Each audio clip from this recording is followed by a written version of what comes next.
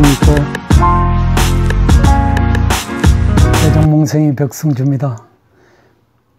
오늘은 한국 근현대사 첫 번째 방송 시간입니다.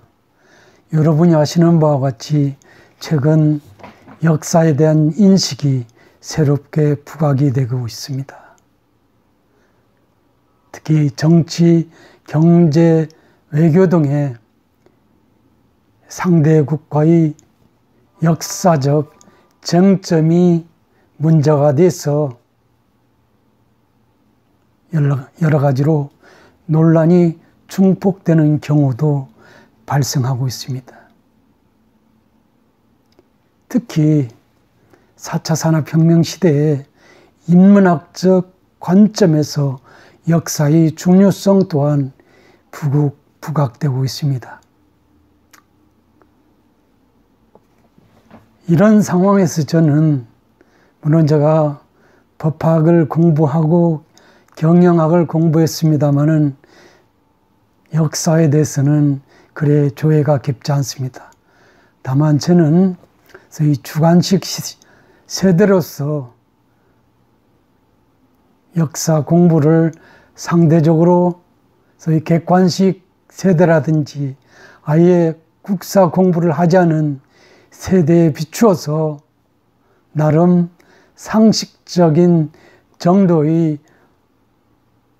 지식을 가지고 있는 터에다가 이런 상황에 비추어서 제가 유튜브 방송을 함에 있어서는 저보다 덜 배운 그런 세대들에게 다소는 도움이 되지 않을까 하는 그런 입장에서, 그리고 어떤 그 역사적 사건을 통해서 미래에 대한 사건을 우리가 되돌아보거나 어떤 결정을 함에 있어서도 중요한 어떤 그 관점을 터득할 수 있다는 점에서 감히 방송의 이슈로다가 선정을 해서 첫 방송을 하는 그런 입장이 되겠습니다. 물론 역사를 보는 시각, 국내 학자들의 역사를 보는 시각은 여러분이 아시는 바와 같이 소위 그 일본적 관점에서의 식민지 사관, 그 다음에 민족주의 관점에서의 민족 사관, 그 다음에 어떤 게 객관주의 사관, 객관주의적 입장에서의 실증 사관, 그 다음에 민중주의 내지는 민중 중심적인 역사 해석을 주도하고 있는 민중사관이 있는 것으로 알고 있습니다. 그렇다면 제가 이 중에서 어떤 입장에서 해야 되는지는 전혀 간단치 않습니다. 왜냐하면 나름대로 주관주의나 어떤 객관주의보다는 에르가 카르가 역사란 무엇인가라는 저서에서 실증 사관, 객관주의 사관, 주관주의 역사관 자체를 비판하면서 역사는 사실 자체에만 함몰되어 있는 것도 역사가의 주관 속에 존재하는 것도 아니라고 했습니다.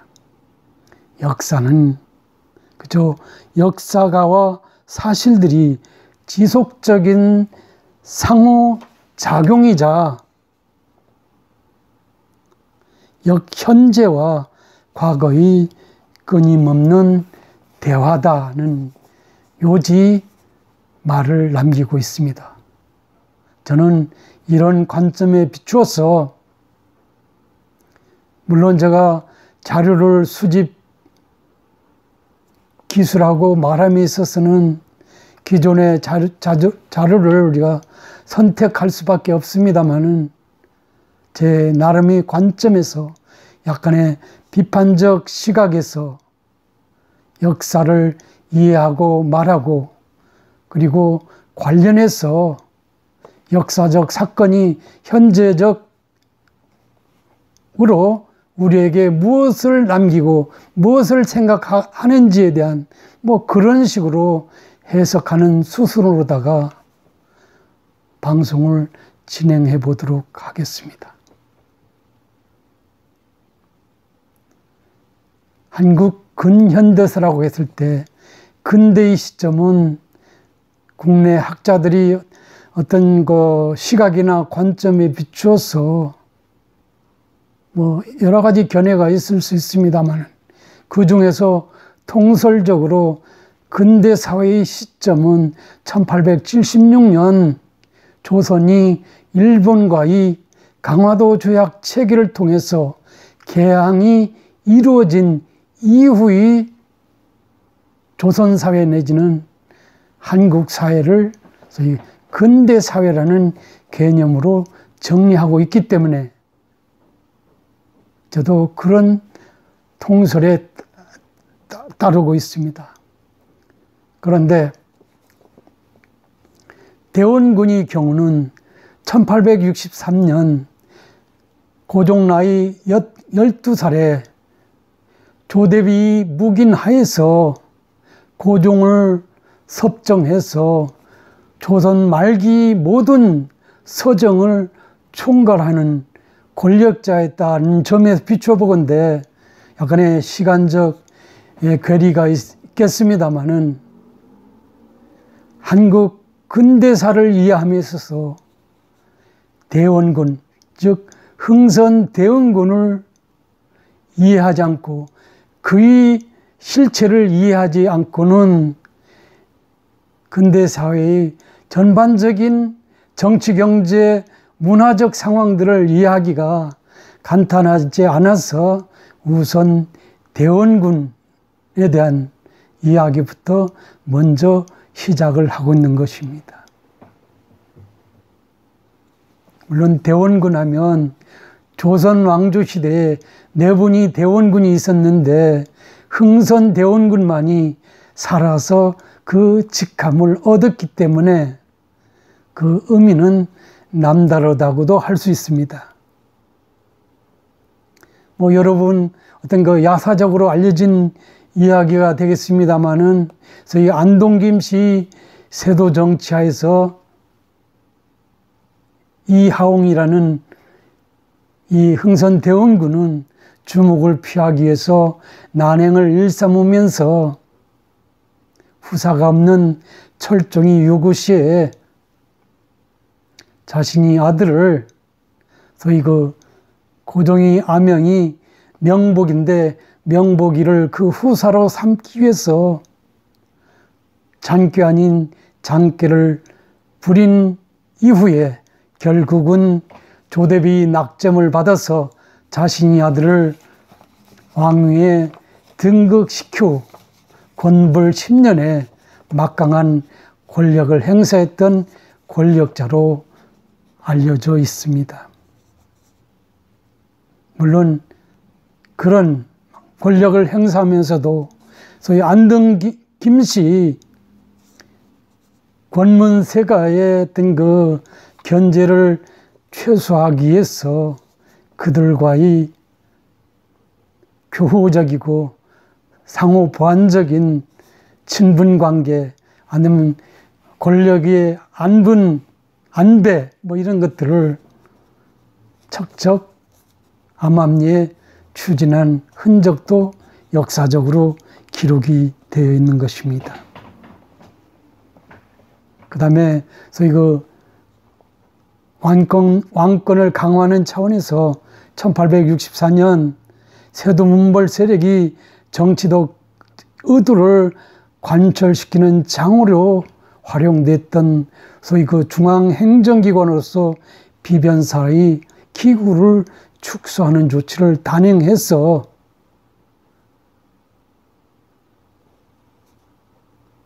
나름 왕권을 강화해 하기도 했습니다. 그 다음에 지방에 전정, 군정, 황곡이라는 소위 삼정의 문란을 수습해서 백성들로부터 좀 칭찬받을 수 있는 그런 길을 모색하기도 했습니다. 그다음 세도 문벌이의 군사적 기반으로서의 역할을 정지시키고 실질적 왕권의 소위 군영으로 재건하기 위한 군사제도의 어떤 실질적인 혁신도 단행을 했습니다. 그 다음 대전회통, 양전평고, 육전조례 등 어떤 법전 운영 규칙을 정비해서 체계적인 권한 행사를 서둘렀습니다.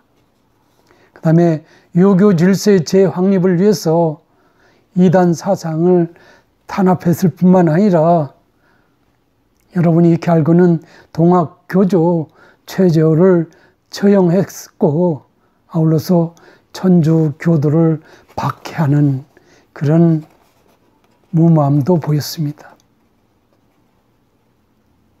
특히 흥선대원군은 왕실이 권위를 과시하기 위해서 경복궁 중건 사업을 추진했는데요. 그 비용을 충당하기 위해서 전국 각지에서 거목, 거석을 증발하는 한편 그 재원 마련을 위해서 원납전, 결두전, 당백전 등 그 다음에 성문세 부과 등 백성을 골로 가게 만드는 여러 가지 제도도 만들어낸 그런 내용이 되겠습니다. 그리고 중앙 집권 체제를 강화하기 위해서 지방 양반들이 세력 확장이 기반이자 각종 경제적 폐단이 온상으로 백성의 비난이 대상이 됐던 서원 정리도 서둘러 단행을 했는 것으로 알려져 있습니다. 그 다음 전국 각지에서 발생한 그 일련의 농민 봉기 원인을 삼정문란에 있다고 보고 삼정을 개혁해서 농민의 불만을 수습하려 노력했지만은 실제에 있어서는 소기 성과가 없는 것으로 역사는 기록을 하고 있습니다. 특히 경복궁 중건과 소위 그 천주교 박해를 위한 병인 양묘에 소요된 비용을 조달하기 위해서 당백전을 주주해서 유통시키는 바람에 소위 물가를 폭등시켜서 백성이 생활에 큰 타격을 주는 실책도 시행한 것으로 알려져 있습니다. 그 다음에 1866년 천주교 박해를 구실로 해서 프랑스 군대를 격파한 병인 양요로 인해서 대원군은 저희 그 외국인에 대한 소위 더욱 적개심을 갖게 됐다는 것, 소위 그 유정척사에 그리고 세국 정책에 불가피성을 밀어붙이는 사태로 이어지게 됐습니다. 그래서 당시 이런 상황에서 그 외국 정부들이 소위 개항을 타진했는데 일절 대응하지 않고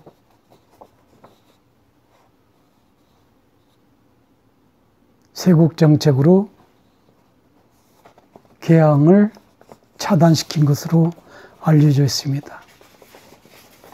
그 여파는 현재까지 미치고 있다고 봐도 과언이 아닐 듯합니다. 어쨌든 왕권 강화 차원에서 혁신적인 정책을 입안 추진한 부분도 있지만은 특히 현재적 후대적 입장에서 본다면 소위 위정척사의 어떤 사고하에서 세국을 단행함으로써 소위 그 2차 산업혁명에 완성된 단계에서의 서구 문물 내지는 어떤 그 산업의 어떤 그 기반이 되는 이런 것들을 수입하지 않음으로써 결국은 저희 일본에 합병되는 그런 수모를 당했다는 역사적 우리가 사건을 연상해 본다면 대원군의 어떤 혁신 정책보다는 패정이 오히려 더 후대들한테는 좀 와닿지 않느냐는 그런 말씀을 드릴 수 있을 것 같습니다. 대원군이 섭정 기간은 10년이 되겠습니다.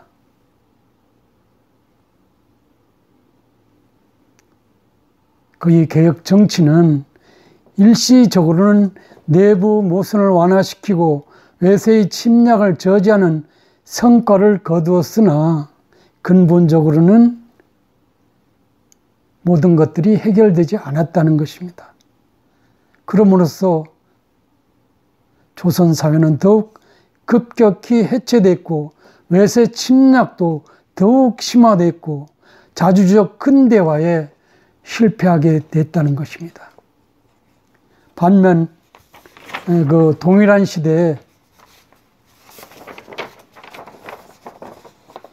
미국과의 통상조약을 통해서 개항을 한, 그리고 메이지 유신을 통해서 산업화를 도모한, 물론 그 시간도 약 1868년에서 1868년 20년 고작 그 기간 동안에 산업화를 달성해서 여러 가지 힘의 균형을 유지한 일본에 의해서 1910년에 우리가 한일 합방이 됐고, 그리고 일제 36년에 피박을 받았고, 이런 것들을 생각해 본다면, 저희 통치자, 권력자의 어떤 미래에 대한 어떤 생각, 그 다음에 어떻게 가는 것이 옳고 그름에 대한 어떤 심오한 사색, 이런 것들이 필요하지 않느냐는 그런 말씀을 드릴 수 있을 것 같습니다.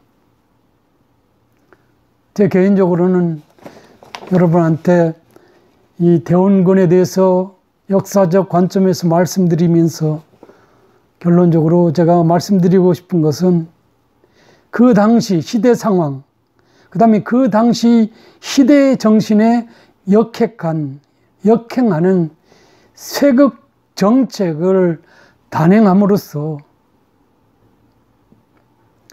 한일 합방을 맞을 수밖에 없었다. 그리고 일제 36년 피박을 받을 수밖에 없었지 않느냐.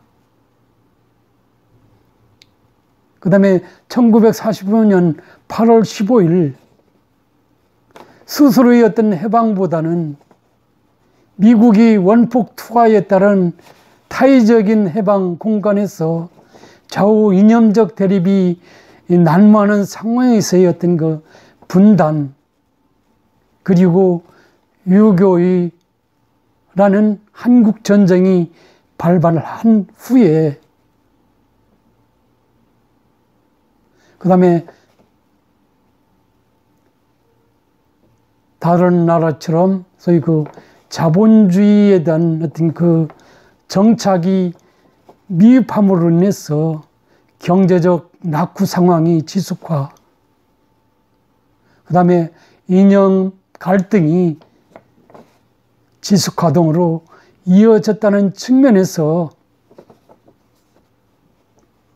대원군의 쇄국 정책은 현재적 관점에 비추어도 전혀 간단해 보이지 않는 역사적 사건이면서 역사적 문제가 아니냐 하는 그런 생각을 해봅니다. 최근에 4차 산업혁명이 기류가 도도히 흐르고 있습니다. 그리고 4차 산업혁명 시대가 앞으로 조만간에 일반화될 것이라고 봐집니다. 그럼에도 불구하고 국가 정책적으로, 그다음 국가 비전적으로 4차 산업혁명에 대한 관심이 부족한 듯하고 어떤 그 정책적으로 어떤 기반 조성에 최선을 다하지 않는 그런 듯한 상황이 제 관점에서는 비춰지고 있다는 측면에서 현 정부 입장에서 과연 현재의 시대 상황에 부응해서 그 다음에 현재의 시대 정신에 부합하게 국가 경영에 최선을 다하고 있는지 되묻고 싶을 뿐입니다. 왜냐하면 다시는 대원군과 같은 쇄국 정책의 오명을 쓴 역사적 인물이 다시는 나오지 말아야 하기 때문이라고 저는 여러분한테 말씀을 드려보겠습니다. 여러분은 어떻게 생각하십니까? 한번 곰곰이 한번 생각해 보시고 정리해 주셨으면 고맙겠습니다. 그리고 며칠 전에 가족과 제가 경복궁 현장에서 다수의 카메라 촬영을 위한 사진을 지금 보관하고 있습니다. 같이 감상하실 수 있도록 그렇게 하겠습니다. 자부지간 감사합니다.